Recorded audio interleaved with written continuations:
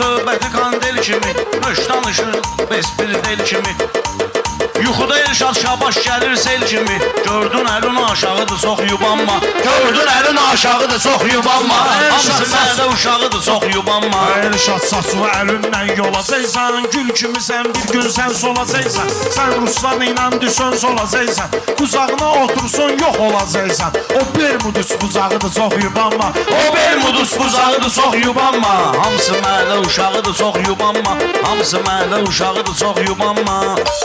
Meyxananın akmalıdır marağı, bir söhbətdən eyləyərəm sorağı.